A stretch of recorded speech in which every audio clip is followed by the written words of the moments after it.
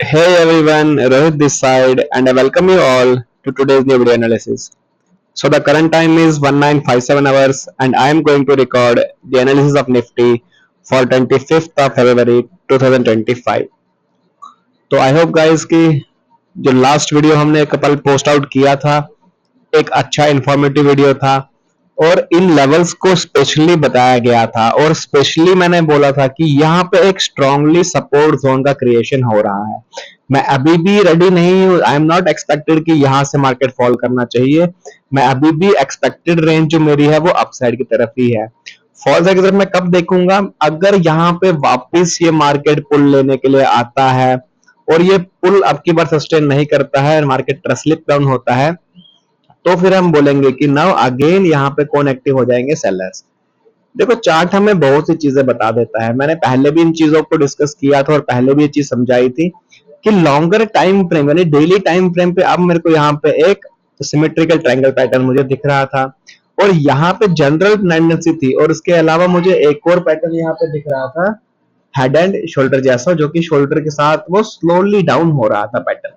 तो यहाँ पे इंडिकेशंस बहुत क्लियरली थी कि ज्यादा एक्सपेक्टेशन फॉल का है। तो मैंने इसी को अभी 2 से 3 दिन पहले की जो वीडियो कवर की थी वहां पे मैंने यही चीज बताई कि ज्यादा एक्सपेक्टेशन में फॉल का यहाँ पे देख रहा हूँ।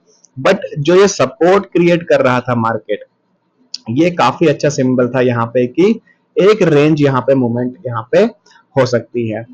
जैसे कि हमने देखा अब यहाँ पे क्या हुआ, काफी दिन कंसोलिडेट, लगभग 14 फरवरी से लेके 24 10 दिन का कंसोलिडेशन। तो 1 2 3 4 5, तो 5 6 ट्रेडिंग सेशन एक ही दिन एक ही जगह मार्केट रहा और अब ये ब्रीच किया। बट ब्रीच के साथ जो फॉल आना चाहिए था वो फॉल देखने को नहीं मिला।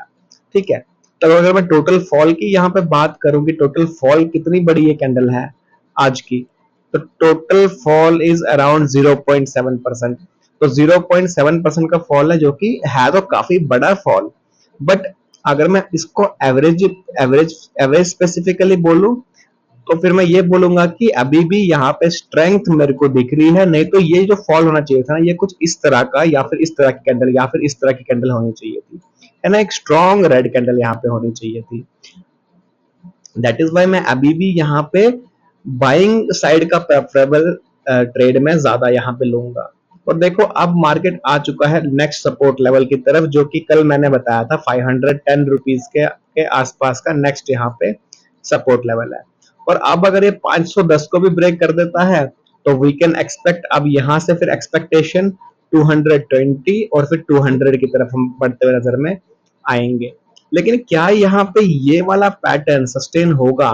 क्या ये सच में जेन्युइन मूवमेंट है? इसकी कंफर्मेशन तभी होगी जब कल क्या करता है मार्केट, अगेन इसी जोन से नीचे स्लिप करता है और फिर वो हायर प्राइस को टेस्ट ना करते हुए सीधे लोअर पर टाइम फ्रेम बनाता है, यानी कि लोअर प्राइस एक्शन बनाता है। तो फिर वहां पे हाईली प्रोबेबल चांस हो जाएगा कि अब मार्केट यहाँ पे रिकवर नहीं करेगा। सो नाउ अगेन मार्केट यहाँ पे गिरेगा और जितने पॉइंट्स का ये फॉल था, लगभग ये 1000 पॉइंट का फॉल था, तो यहाँ से एक्सपेक्टेड रेंज पे 21,500 के आसपास हम फिर आते हुए नजर में आएंगे। 500 से मैं ऑलरेडी यहाँ पे 150 पॉइंट नीचे आ चुका हूँ। So the target is 21,700। तो फिर ये नेक्स्ट रेंज खुल जाएगी जहां पे फिर मार्केट नजर आता हुआ नजर में आएगा।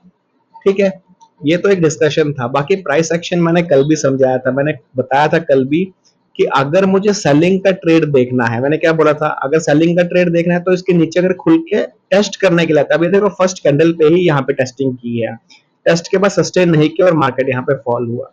So this is the confirmation candle, जो यहाँ पे जब सस्टेन नहीं हुई रेड कैंडल बनी और उसके बाद जो इंट्राडे सपोर्ट था मार्केट का, जब ये ब्रेक हुआ तो नाउ ये हाईली प्रोबेबल कैंडल थी कि अब मार्केट यहाँ पे क्या करना चाहिए, बड़ा फॉल देना चाहिए। बट गिरने के बाद मार्केट साइडवेज रहा, तो दैट इज वाई मैंने यहाँ पे बोला है कि बायर्स का एग्रेसिवली यहाँ पे अभी हमें दिख रहा है आता हुआ मोमेंटम। ठीक है, यहाँ पे अभी डरने की जरूरत नहीं है कि हमें अभी क्या करना चाहिए और मार्केट में कैसे ट्रेड करना चाहिए। तो कुछ दिन अगर ट्रेड को अवॉइड करोगे तो कोई बड़ी उसमें चीज नहीं है कि यार हमने ट्रेड को अवॉइड किया, लेकिन कुछ गलत जगह ट्रेड करोगे तो डेफिनेट सी बात है कि कुछ ना कुछ यहाँ पे फिर खोने को मिलेगा। नाउ कल के लिए कैसे मुझे ट्रेड करना है, कल के लिए मैं 3 इंपॉर्टेंट केस डिस्कस करूंगा। तो सबसे पहला फ्लैट केस यही वाला है कि अगर 510 से लेके 590 के बीच अगर मार्केट कहीं भी खुलता है, अगेन यहाँ पे अगर टाइम बिताता है, टाइम बिताने के बाद 510 को अगर ये ब्रेक करता है नीचे की साइड में, तो फिर एक अच्छी मोमेंटम कैंडल यहाँ पे देखने को मिलेगी सेलिंग साइड में, और उसको फिर हम यहाँ पे राइट आउट करेंगे एटलीस्ट 220 के लेवल के लिए फिर हम राइट करेंगे। तो फिर अगेन 250 पॉइंट का फॉल यहाँ कल अगेन देखने को मिलेगा। ठीक है। सो सेकेंड चीज, फ्लैट खुलने के बाद अगर पॉजिटिव की तरफ मूव करता है तो अगेन पॉजिटिविटी, और फिर 720 रुपए के टारगेट के लिए पहला टारगेट रहेगा 720 का 590 के बाद, और उसके बाद फिर 990 और फिर 23,000 के पास फिर हम वापस नजर में आएंगे जाते हुए।